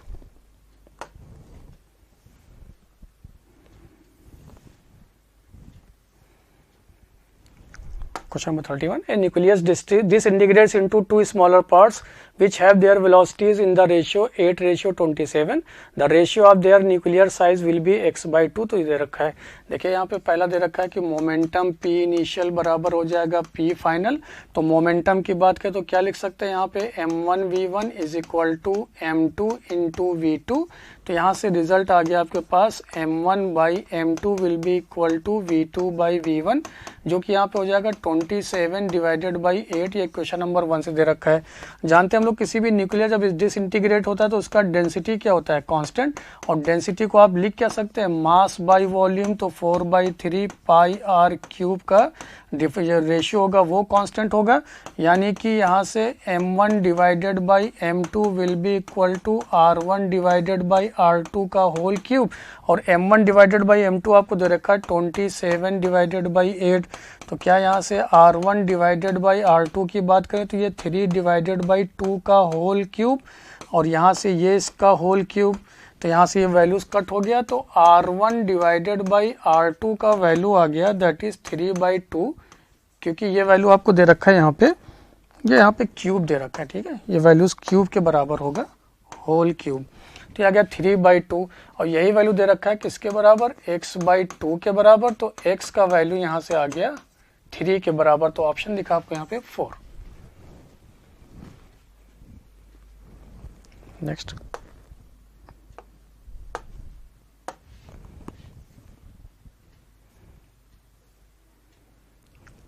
question number 32, read the following statement, volume of the nucleus is directly proportional to the mass number. क्योंकि वॉल्यूम की बात करें तो वॉल्यूम होता क्या, 4/3 पाई इंटू आर क्यूब, और आर किसी न्यूक्लियस के लिए तो R will be equal to R naught A की पावर 1/3, तो ये हो जाएगा 4/3 pi into R naught cube into A की पावर 1/3, तो ए आ गया, तो पहला यहाँ पे करेक्ट दिख रहा, तो ए तो करेक्ट है। Volume of the nucleus independent of mass number, ये रॉन्ग हो गया अगर वो करेक्ट है। तो C density of the nucleus directly proportional to, तो डेंसिटी की बात करें तो डेंसिटी होता है क्या, मास बाय वॉल्यूम, तो मास मोल ये लिखेंगे टोटल मास, और ये वॉल्यूम की बात करें तो ये आ गया 4/3 pi into R naught cube into A, तो क्यों टोटल मास लिखने के लिए ए से मल्टीप्लाई करेंगे तो इंडिपेंडेंट होता है एटॉमिक मास से, तो यहाँ पे density of nucleus direct proportional to mass number, ये भी रॉन्ग हो गया। Density of nucleus proportional cube root of mass of the number, ये भी यहाँ पे रॉन्ग हो गया। तो ऑप्शन आपको यहाँ पे दिखा ए एंड ई, हाँ density of the nucleus independent of the mass number, तो ये भी करेक्ट हो गया। तो जहाँ पे ए और ई होगा वो ऑप्शन, तो ऑप्शन दिखा आपको यहाँ पे 4 के बराबर। नेक्स्ट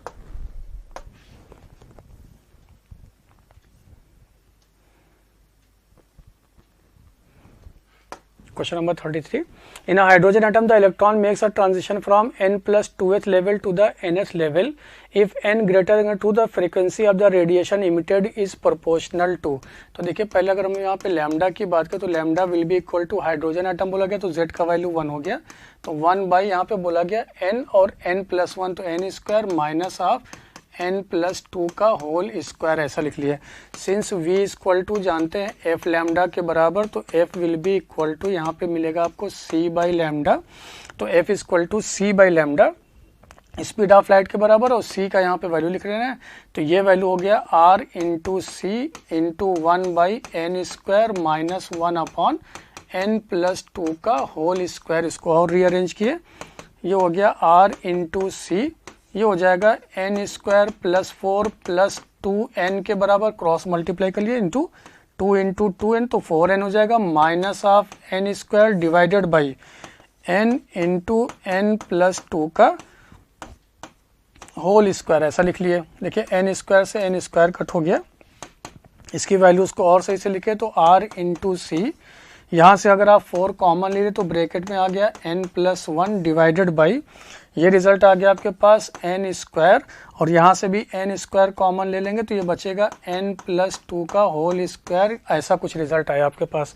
तो पूछ रहा है कि जब frequency of radiation is proportional to, क्या हो जाएगा, यहाँ से आपको देखना था।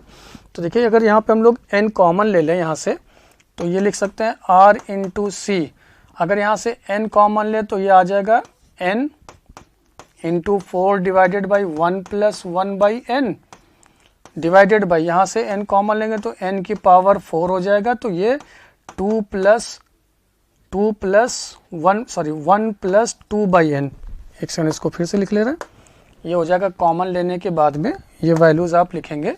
देखिए यहाँ से कॉमन लिए n को, तो यहाँ बचेगा 1 प्लस 2 बाई n का whole square.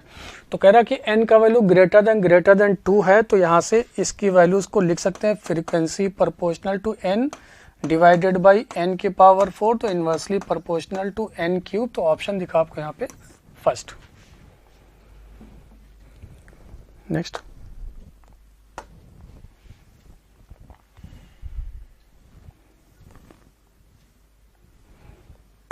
According to Bohr's atomic model, in which of the following transition will be frequency maximum? Means अगर फ्रीक्वेंसी मैक्स है तो इट मीन्स वेवलेंथ यहाँ पे क्या होना चाहिए, मिनिमम, और वेवलेंथ मिनिमम के लिए तो ट्रांजिशन होना चाहिए एक n, तो दूसरा होना चाहिए n+1 में। जो लोवेस्ट वैल्यू देखने को मिलेगा वो किस में है, वो 3 में, because 1 upon lambda equal to 1 by n1 square minus 1 by n2 square times of rz square. तो n1 की वैल्यू अगर हम लोग यहाँ पे 1 ले, इसकी वैल्यू 2 ले, तो सबसे लोवेस्ट वैल्यू जो देखने को मिलेगा वो आपको देखने को मिलेगा 3 में, तो ऑप्शन आया आपके पास 3। Next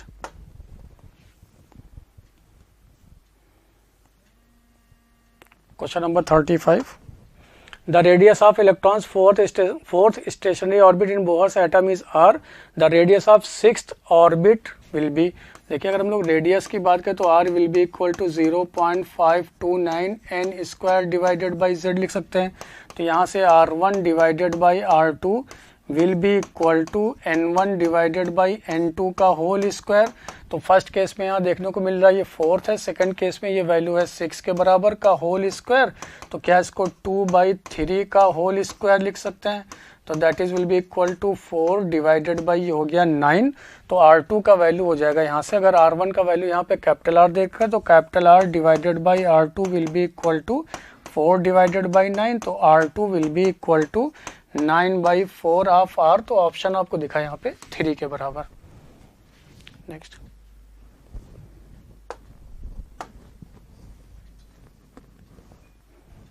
question. Next question is 36. A 12.75 electron volt electron beam is used to bombard a gaseous hydrogen atom at room temperature. The number of spectral lines emitted will be.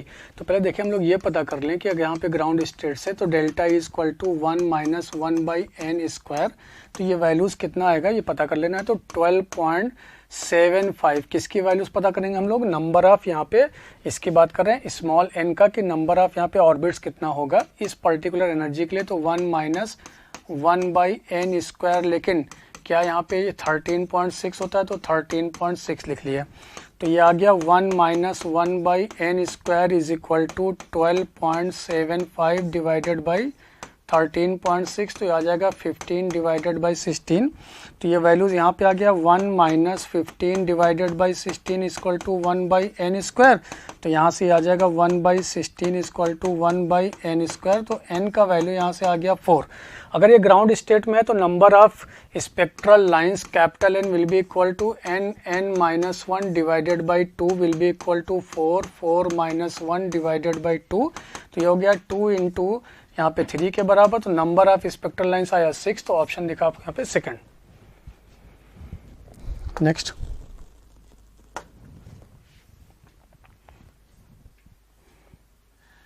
Question number 37।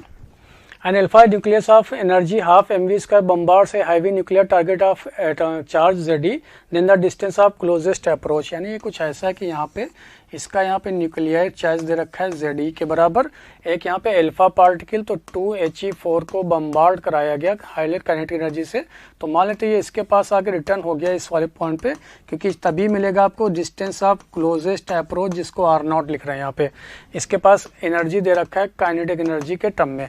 तो क्या energy conservation use कर सकते हैं, K initial plus U initial equal to K final plus U final. Initial kinetic energy आपको दे रखा है half of m into we square, potential is 0।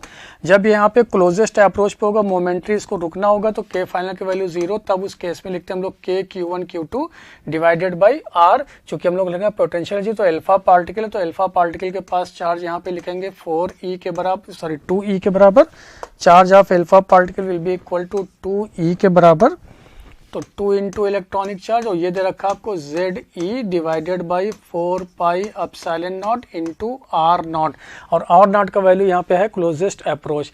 तो पूछा है किसके इन्वर्सली प्रोपोर्शनल होगा। तो देखो मास यहाँ पे R0 बोला गया, तो R0 यहाँ से वैल्यूज मिलेगा इन्वर्सली प्रोपोर्शनल टू एक टर्म दिख रहा है आपको v स्क्वायर, क्योंकि ये इन्वर्सली प्रोपोर्शनल होता, यहाँ पे बोला गया प्रोपोर्शनल, सॉरी प्रोपोर्शनल बोला गया, तो ये तो इन्वर्सली है मास, तो ये हो नहीं सकता। 1/Ze स्क्वायर यहाँ पे ये प्रोपोर्शनल है, तो Ze और e स्क्वायर मिलेगा, तो ये भी नहीं हो सकता। Ze स्क्वायर तो 2Ze स्क्वायर ये भी नहीं है, तो डायरेक्टली प्रोपोर्शनल दिख रहा है 1/v स्क्वायर। तो ऑप्शन दिखा आपको यहाँ पे फर्स्ट का। नेक्स्ट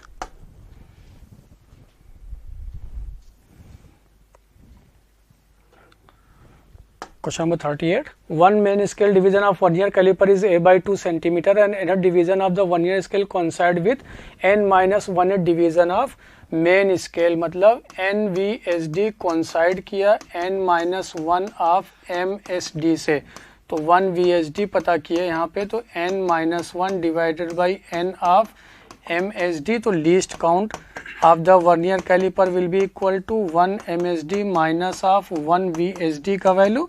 तो 1 of M S D minus 1 of M S D, तो n minus 1 divided by n of M S D. इसको यहाँ पे क्रॉस मल्टीप्लाई करके सॉल्व किए तो n minus 1 divided by 1 by n of M S D, तो least count आ गया 1 by n of M S D. और बेन स्केल डिवीजन का यहाँ पे रीडिंग दे रखा है आपको a/2 सेंटीमीटर में, और ये आ गया आपके पास 1 by n, the least count of the mm में पूछा गया। तो देखिए least count will be equal to 1 by n, ये है आपके पास a/2, लेकिन किस में, ये सेंटीमीटर में।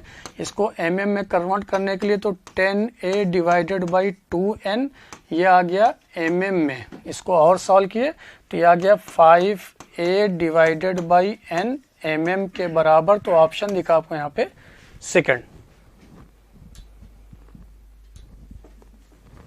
Next,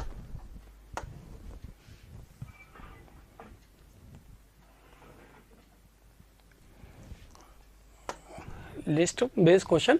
Moment of inertia of the rod, length L, mass m, about an axis perpendicular to the midpoint। देखिए perpendicular to the mid point, moment of inertia length L है, मास m है। तो जानते हैं हम लोग कि moment of inertia perpendicular to the rod centre of mass से पास होता हुआ, अगर इसका मास m, लेंथ L है, तो moment of inertia ml square by 12।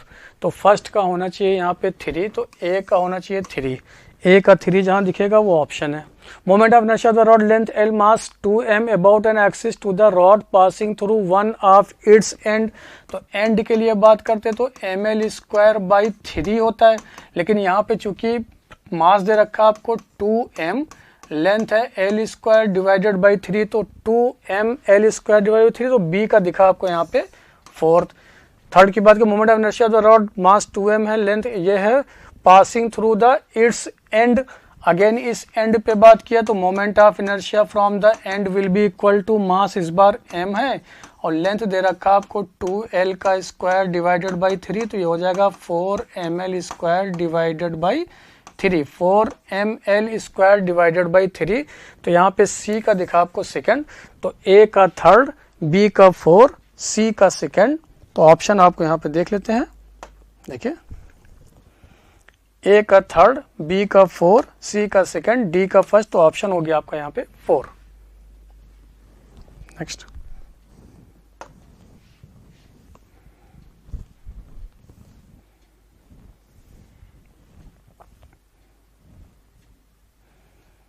Question number 40। 64 equal drops of water are falling through air with a steady speed of 4 cm per second. If the drops collapse, then new velocity will be। देखिए जानते हैं हम लोग जो terminal velocity होता है Vt equal to 2/9 of r square into g rho minus sigma divided by metre, यानी terminal velocity proportional to radius का स्क्वायर। और चूंकि हम लोग जानते हैं कि जब ये फॉर्मेशन कॉम्बिनेशन हो तब उसके कॉम्बिनेशन ऑफ द ड्रॉप्स के केस में बात करें तो वॉल्यूम क्या होता है यहाँ पे कांस्टेंट। अगर वॉल्यूम कांस्टेंट है तो लिख सकते हैं 4/3 pi r cube will be equal to कितना यहाँ पे ड्रॉप मिल रहा है आपका 64। तो 64 into 4/3 pi into small r cube. अगर यहाँ पे स्मॉल आर का रेडियस है आपका, स्मॉल आर ड्रॉप का रेडियस स्मॉल आर है, बिग का ड्रॉप का यहाँ पे कैपिटल आर है, तो r cube will be equal to क्या, इसको 4 का क्यूब लिख सकते हैं इंटू आर का क्यूब, तो आर बराबर आ गया 4r के। तो यहाँ पे चूंकि जानते हैं टर्मिनल वेलोसिटी, तो v1 by v2 will be equal to r1 divided by r2 का होल स्क्वायर। और यहाँ पे r1 r2 ये वैल्यू अगर इनिशियल में r दे रखा तो फाइनल में यही अब हो गया आपके पास 4r का होल स्क्वायर, तो ये आ गया 1/16। तो v2 का वैल्यू हो जाएगा 4 ये दे रखा है इंटू 16, तो ये हो गया 64 सेंटीमीटर पर सेकेंड। तो ऑप्शन दिखा आपको यहाँ पे second. Next,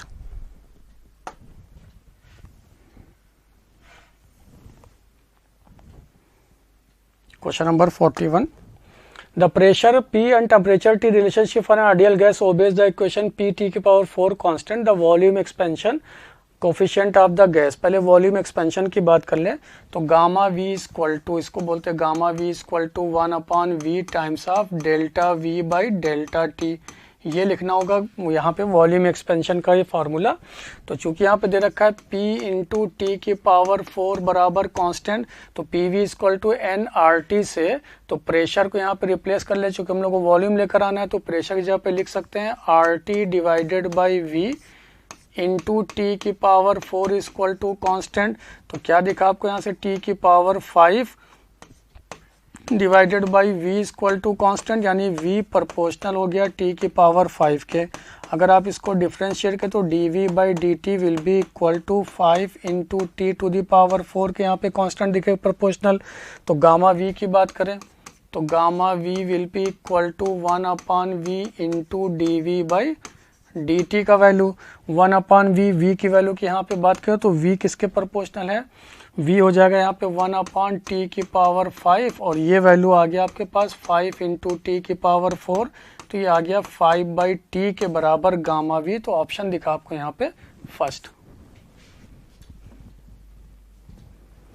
next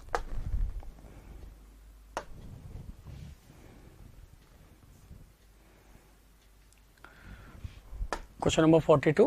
Three charges Q, 2Q and Q are placed respectively at a distance of 0, d by 2 and d from the origin on the x-axis. If the net force experienced by Q placed at x of 0 is 0, then value of Q is. तो पहले जो बोला गया उसको बना लेते हैं यहाँ पे। एक यहाँ पे चार्ज रखा गया ओरिजिन पे जिसका वैल्यू है कैपिटल Q, एक यहाँ पे चार्ज पुट किया गया d बाई 2 पे जिसका यहाँ पे ये वैल्यू है 2Q के बराबर, और एक चार्ज यहाँ पे प्लेस किया गया कैपिटल Q जिसका यहाँ से सेपरेशन है d, तो यानी यहाँ से सेपरेशन हो गया आपके पास d by 2 from the origin on the x axis. The net force expend by Q placed at x equal to 0।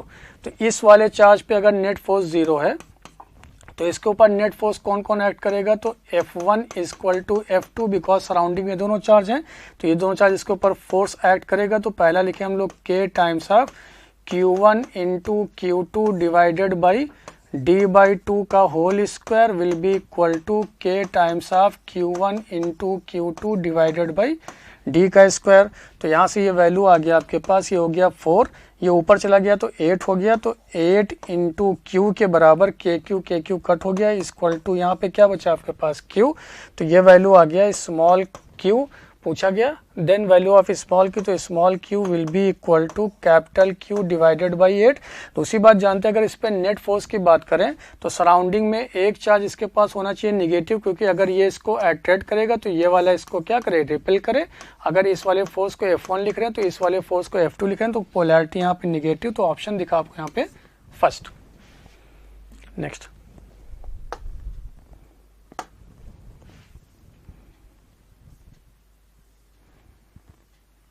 Question number 43। The current I in the given circuit will be, देखिए क्या ये wheat stone bridge दिखा 8 इसका ratio 8 इसका ratio 1 हो गया, तो ये क्या हो गया रिडंडेंट। और व्हीट स्टोन ब्रिज में जानते हैं कि जब सारी वैल्यूज सेम हो तो R इक्वलेंट वही होता है जो रेजिस्टेंस का वैल्यू, यानी कि आ गया यहाँ पे 8 ओम। तो करंट पूछा गया तो I will be equal to V divided by R equivalent, V है 24 डिवाइडेड बाई R का वैल्यू पुट किए तो ये आ गया 3 एम्पियर के बराबर, तो ऑप्शन हो गया second. Next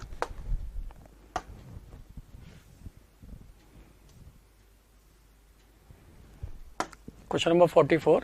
A solenoid of 1600 tons is wound uniformly in a single layer on a glass tube 4 meter long and 0.3 meter in a diameter. The magnetic intensity at the center of the solenoid when current of 8 ampere flows through it is. देखिए अगर यहाँ पे magnetising field की बात करें जिसको कोरिसिविटी भी बोलते हैं, जो कि होता क्या है mu naught into B equal to, इसको फिर से लिख ले रहे हैं बिकॉज हम लोग जानते हैं किसी भी सोलेनॉइड के लिए B equal to mu naught N I के बराबर, तो B बाई म्यू नॉट लिखें तो ये वैल्यू क्या कहलाएगा मैग्नेटाइजिंग फील्ड, जो कि होता है एन आई के बराबर। चूंकि एम्पियर पर मीटर यहाँ पे इसकी वैल्यूज भी दे रखा है आपको, यहाँ पे एम्पियर पर मीटर दे रखा है। तो नंबर ऑफ एन क्या होता है number of turns per unit length, तो नंबर ऑफ टन्स यहाँ पे दे रखा है 1600 पर यूनिट लेंथ आपको दे रखा है यहाँ पे 4 के बराबर, और करंट है यहाँ पे 8, तो ये इससे कट हो गया, तो ये हो गया आपके पास 3.2 into 10 to the power 3 ampere per metre, तो आंसर आ गया आपके पास यहाँ पे 3। Next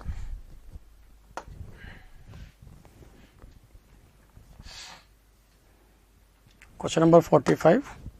In a Young's double slit experiment, the ratio of amplitude of the light coming from slits is 4:1. The ratio of its maximum to minimum intensity in the interference pattern तो I max divided by I min in terms of, अगर लिखें पहले intensity तो √I1 plus √I2 divided by √I1 minus of √I2 का whole square और intensity proportional to amplitude तो A1 plus A2 divided by A1 minus A2 का whole square और A1 by A2 आपको दे रखा है क्वेश्चन में, दैट इज 4:1। तो यहाँ से A1 का वैल्यू हो जाएगा 4 A2 के बराबर, ऐसा लिख लेंगे हम लोग। तो ये वैल्यूज आ गया, A1 का value 4A2 plus A2 divided by 4A2 minus A2 का होल स्क्वायर, दैट इज ये हो गया 5 डिवाइडेड बाई 3 का whole square, that is 25 divided by 9। तो ऑप्शन दिखा आपको यहाँ पे सेकंड। तो स्टूडेंट्स, ये था जो आपका डिस्कशन। थोड़ा सा ये पेपर कैलकुलेटिव, थोड़ा सा यहाँ पे लेंदी पेपर था। होप सो आप लोगों का पेपर अच्छा होगा। Thank you so much.